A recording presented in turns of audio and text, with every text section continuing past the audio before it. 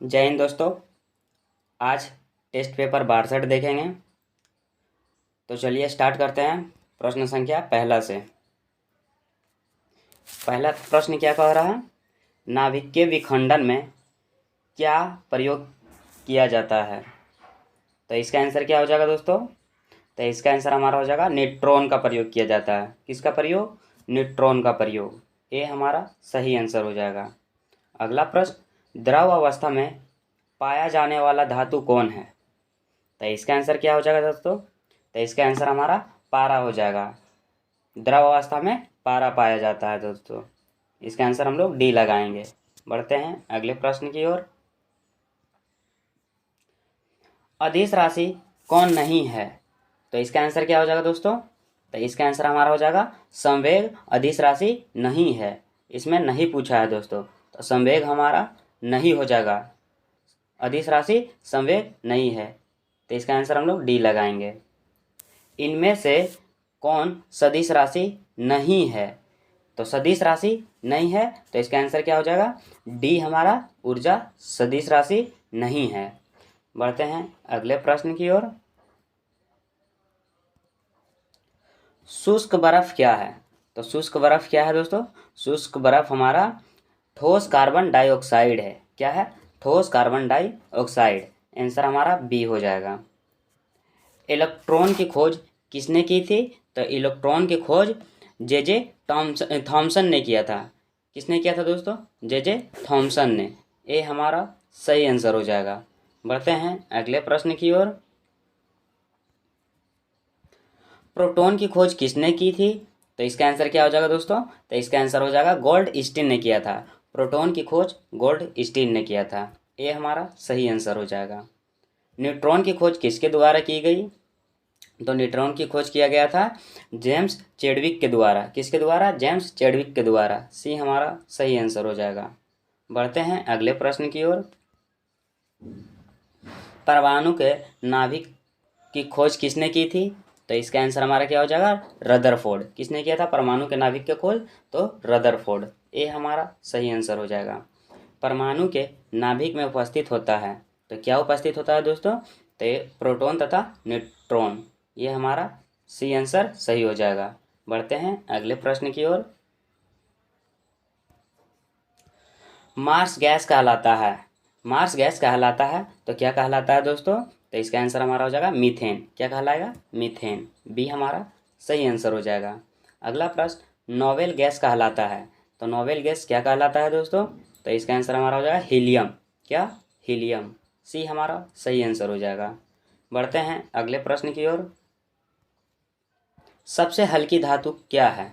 तो सबसे हल्की धातु क्या हो जाएगा दोस्तों? हमारा लिथियम। क्या? लिथियम। ये हमारा सही आंसर हो जाएगा। सबसे भारी धातु क्या है? तो सबसे भारी धातु हमारा ऑस्मियम है। क्या हो जाएगा दोस्तों? ऑस्मियम। डी हमारा सही आंसर हो जाएगा। बढ़ते हैं अगले प्रश्न की ओर। सबसे कठोर धातु क्या है? तो सबसे कठोर धातु हो जाएगा हमारा प्लेटिनियम। क्या हो जाएगा? प्लेटिनियम। ये हमारा सही आंसर हो जाएगा। बढ़ते हैं अगले प्रश्न की ओर। सबसे कठोर पदार्थ क्या है? तो इसमें कठोर पदार्थ पूछा है दोस्तों, तो इसका हमारा हो जाएगा हीरा। क्या हो जाएगा? हीरा। सी हमारा सही आंसर हो जाएगा। अगला प्रश्न क्या है? सबसे अधिक प्रत्यस्थ धातु कौन है? सबसे अधिक प्रत्यस्थ धातु कौन है? तो इसका आंसर हमारा क्या हो जाएगा दोस्तों? स्टील। क्या? स्टील। भी हमारा सही आंसर हो जाएगा। बढ़ते हैं अगले प्रश्न की ओर। वायुयान के टायरों में कौन सी गैस भरी जाती है? तो ये कौन सी गैस भरी जाती है दोस्तों? जैसा कि आप लोग को पता होगा, हीलियम। क्या भरा जाता है वायुयान के टायरों में? गैस। तो हीलियम भरा जाता है। ये हमारा सही आंसर हो जाएगा। बढ़ते हैं अगले प्रश्न की ओर। हंसने वाली गैस कौन है? तो हंसने वाली गैस हमारा हो जाएगा दोस्तों नाइट्रिक ऑक्साइड है। क्या है? Nitric oxide. सी हमारा सही आंसर हो जाएगा। बढ़ते हैं अगले प्रश्न की ओर। भारी जल का रासायनिक नाम क्या है? तो भारी जल का रासायनिक नाम ड्यूटेरियम ऑक्साइड है। क्या हो जाएगा? Deuterium oxide. डी हमारा सही आंसर हो जाएगा। बढ़ते हैं अगले प्रश्न की ओर। अगला प्रश्न हमारा क्या कह रहा है दोस्तों? कृत्रिम वर्षा के लिए किसका प्रयोग किया जाता है? तो कृत्रिम वर्षा के लिए हमारा सिल्वर आयोडाइड का प्रयोग किया जाता है। किसका? सिल्वर आयोडाइड का। ए हमारा सही आंसर हो जाएगा। अब बढ़ते हैं अगले प्रश्न की ओर।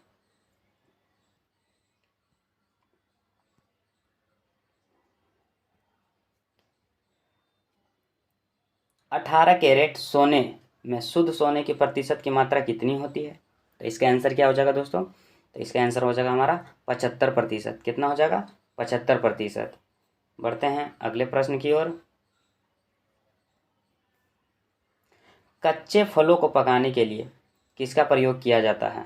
तो इसका आंसर हो जाएगा हमारा एसिटिलीन। किसका प्रयोग किया जाता है? एसिटिलीन का। ए हमारा सही आंसर हो जाएगा। अगला प्रश्न, पारा का मुख्य अयस्क क्या है? तो पारा का मुख्य अयस्क सिनेबार है। क्या है? सिनेबार। डी हमारा सही आंसर हो जाएगा। बढ़ते हैं अगले प्रश्न की ओर। बर्फ का द्रवनांक कितना होता है? बर्फ का द्रवनांक कितना होता है? तो इसका आंसर हमारा क्या हो जाएगा? 0 डिग्री सेल्सियस। कितना हो जाएगा? 0 डिग्री सेल्सियस। ए हमारा सही आंसर हो जाएगा। रिएक्टर में नियंत्रक छड़ के रूप में किसका प्रयोग किया जाता है? तो इसका आंसर हमारा हो जाएगा कैडमियम का। किसका प्रयोग किया जाता है नियंत्रक छड़ के रूप में? तो कैडमियम का। डी हमारा सही आंसर हो जाएगा। बढ़ते हैं अगले प्रश्न की ओर। अगला प्रश्न क्या कर रहा है दोस्तों? ध्वनि तरंगे किस दिशा में गमन करती है? ध्वनि तरंगे किस दिशा में गमन करती है? तो इसका आंसर क्या हो जाएगा दोस्तों? ये लंबवत दिशा में गमन करती है। किस दिशा में दोस्तों? तो लंबवत दिशा में। सी हमारा सही आंसर हो जाएगा। अगला प्रश्न क्या कहता है? मनुष्य कौन तरंगे नहीं सुन सकता? मनुष्य कौन तरंगे नहीं सुन सकता? तो पराश्रव्य तरंगे मनुष्य नहीं सुन सकता। बी हमारा सही आंसर हो जाएगा। बढ़ते हैं अगले प्रश्न की ओर। मानव नेत्र के स्पष्ट दर्शन की न्यूनतम दूरी कितनी होती है? तो इसका आंसर हमारा हो जाएगा 25 सेंटीमीटर। न्यूनतम पूछा है दोस्तों, तो इसका हो जाएगा 25 सेंटीमीटर। सी हमारा सही आंसर हो जाएगा। अगला प्रश्न, गोबर गैस से प्राप्त होने वाली गैस क्या है? तो गोबर गैस से प्राप्त होने वाली गैस मीथेन है। क्या है? मीथेन है। ये हमारा सही आंसर हो जाएगा। बढ़ते हैं अगले प्रश्न की ओर। बायोगैस का महत्वपूर्ण घटक क्या है? तो बायोगैस का महत्वपूर्ण घटक मीथेन है। क्या है? मीथेन है। डी हमारा सही आंसर हो जाएगा। अगला प्रश्न क्या कहता है दोस्तों?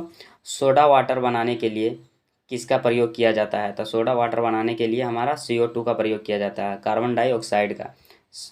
CO2। बी हमारा सही आंसर हो जाएगा।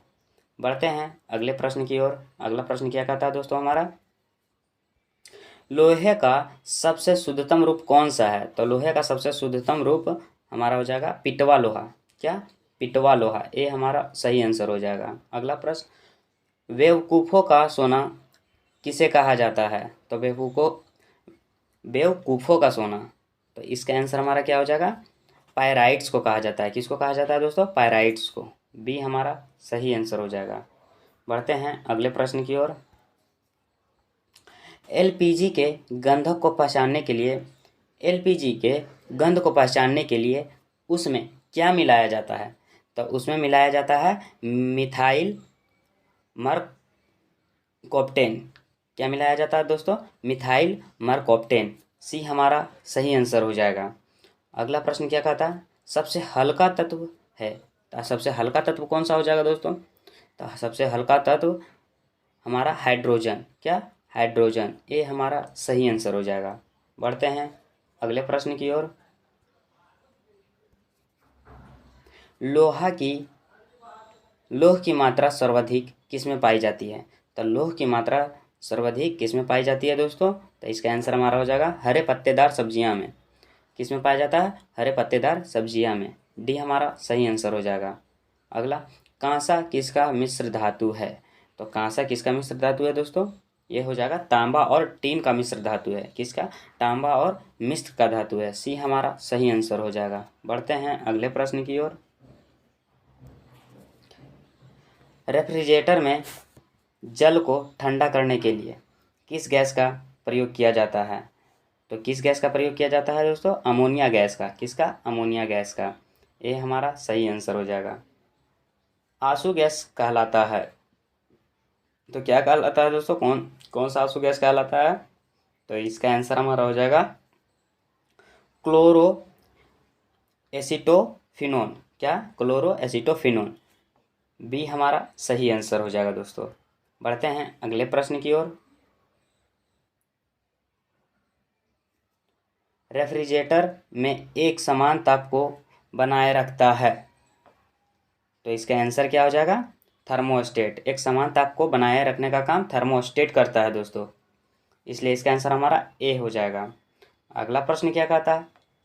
अंडे का आवरण किसका बना होता है? तो अंडे का आवरण कैल्शियम कार्बोनेट का बना होता है। किसका?